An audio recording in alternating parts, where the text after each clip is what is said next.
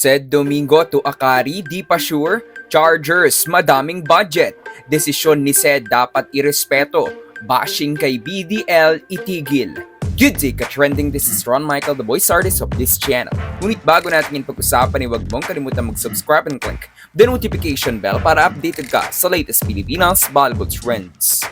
Sa 7 pangalan umikot ang usapan noong January 3. Official announcement mula sa mga teams ang narinig natin tungkol kila Viray, Soltones, Fernandez, Malabanan, General, Nunag at Arce.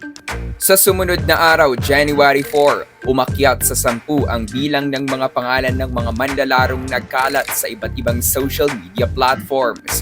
Si Mitch Morente lamang ang opisyal na pinangalanan na inanunsyo ng kanyang bagong team na Petrogas Angels. Samantala ang siyam players at ang kanilang mga bagong teams ay isinawalat ng Inquirer.ph o kaya ng Spin.ph. Nariyan sila Kim Fajardo, Madjoy Baron at Kim D papuntang PLDT.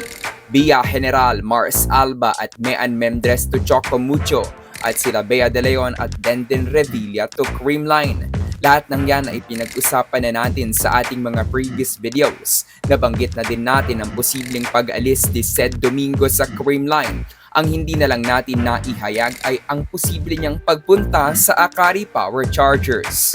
Ang Spin.ph ay naglabas ng article tungkol sa pagbalik ni Said sa PBL pero hindi na para maglaro sa Creamline bagkus sa Akari. Agad na naglabas ng sari-sariling opinyon ng mga tao, lalo na ang mga Creamline fans, na ipinakita ang kanilang kalungkutan. Sa ngayon wala pang kumpirmasyon na pag-alis ni Domingo sa CCS.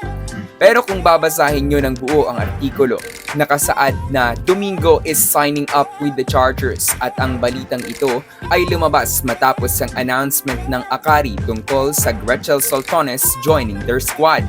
Confusing nga ang balitang ito dahil bakit tila papirma na si Said sa Akari kung meron siyang active contract sa Thailand. Kung inyong matatandaan, si Domingo ay pumirma sa Nakhon Ratchasima Volleyball Club noong October 2023 at matatapos ang kanyang stint sa Thailand sa ending pa ng league ngayong January.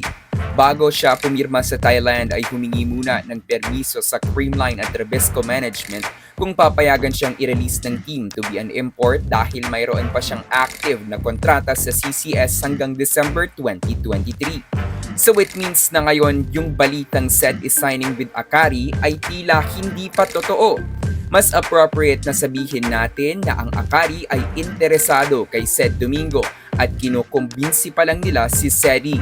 Pwera na lang talaga kung ganoon kagusto na i-secure ng Chargers si Said na kahit na may contract pa si Domingo sa Thailand ay binakuran na agad nila si Invitational Conference Best Middle Blocker and Finals MVP para lang masigurado na walang ibang pupuntahan si Domingo pag uwi ng Pilipinas kundi ang Akari. Katulad na lang ng sinabi ng kanilang management, ayaw nilang mapakampante. Kung ganito ang mangyayari, aba napakalaki ng budget na ibinubuhos ng Akari para sa kanilang team.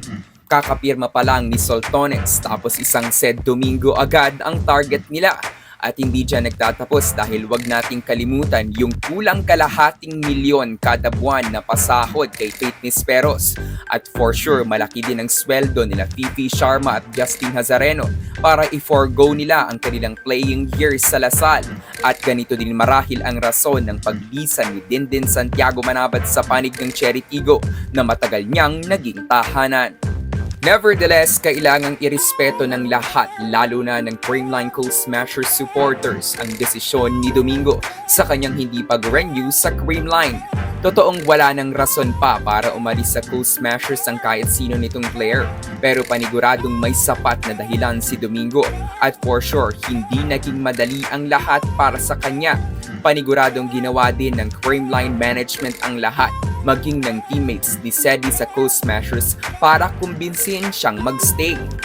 Kaya naman para sa mga napakadami agad na bashers ng paglipat ni Bea De Leon sa Creamline, know the whole story first at ilagay nyo ang inyong sarili sa posisyon nilang lahat bago kayo magbitaw ng salita. Gayunpaman, good luck kay Said Domingo and we wish you well. Ganon din sa Creamline.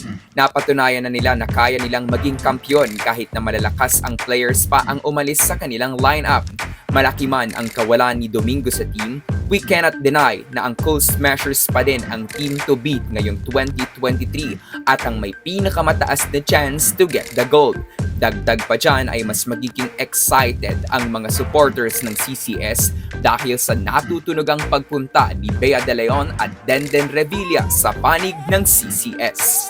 So that's for today's video ka-trending. Do not forget to subscribe and click the notification bell para updated ka sa latest ganap ng women's volleyball sa Pinas. Thanks for watching. Bye for now!